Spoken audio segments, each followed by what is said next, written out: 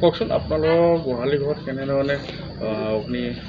জুই লাগিলে কেনেধৰণে জাগটো মই দি লৈ বহিয়া আছিলোঁ এই পানী টিঙৰ ওচৰতে থৈ তাৰপিছতে ছাগলীকেইটা মই খুচা খুচি লগাই থৈ ভিতৰলৈ যাওঁ বুলি ক'লে ভমক কৰা শব্দ এটা হোৱা দেখি মই ওলাই আহিছিলোঁ জাকেই নোমোৱা মানে এতিয়া গৰুৱে খুলিম দুটা মই জুই জ্বলি আছে ওপৰত মই তলত গৰু খুলি আছোঁ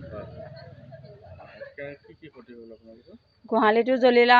মুৰ্গী চৰাই দুজনী তিনিজনীমান আছিলে উমনিত সেইকেইটা অনিষ্ট হ'ল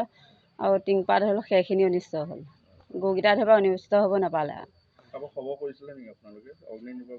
নাই খবৰ কৰা নাই সময় নাই ৰাইজে আহি নুমুৱাই আছে জুই পানী দি নুমুৱাই আছে সেইবিলাক লছ কৰিছে গোহালিটো কাটি চিঙি তেতিয়া জ্বলি শেষ হৈছে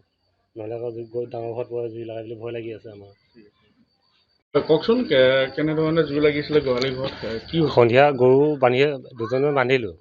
বন্ধাৰ পিছত যে গৰু দুজনী অহা নাই তাৰপৰা জাকটো জ্বলাই থৈ পেলাই আমি গৰু বিচাৰি গৈছিলোঁ মই মাইকী মানুহ ইফালে হাঁহ মুৰ্গী কিবা কানি বান্ধি থাকোঁতে নে জাকটো যে জ্বলি সেই মাজে জ্বলি গ'ল গোহালিত কি আছিলে গৰু আছিলে ক্ষতি শেষ হোৱাৰ আগতে টিং জ্বলিল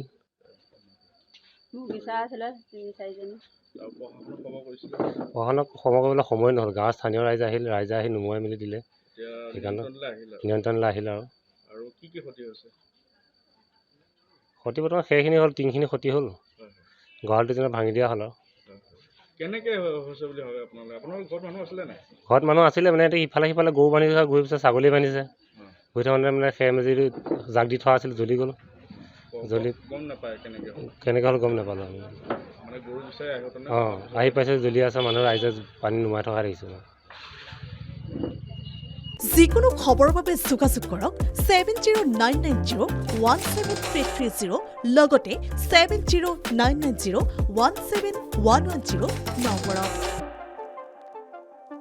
যিকোনো খবৰৰ বাবে যোগাযোগ কৰক 7099017330 লগতে 7099017110 নম্বৰত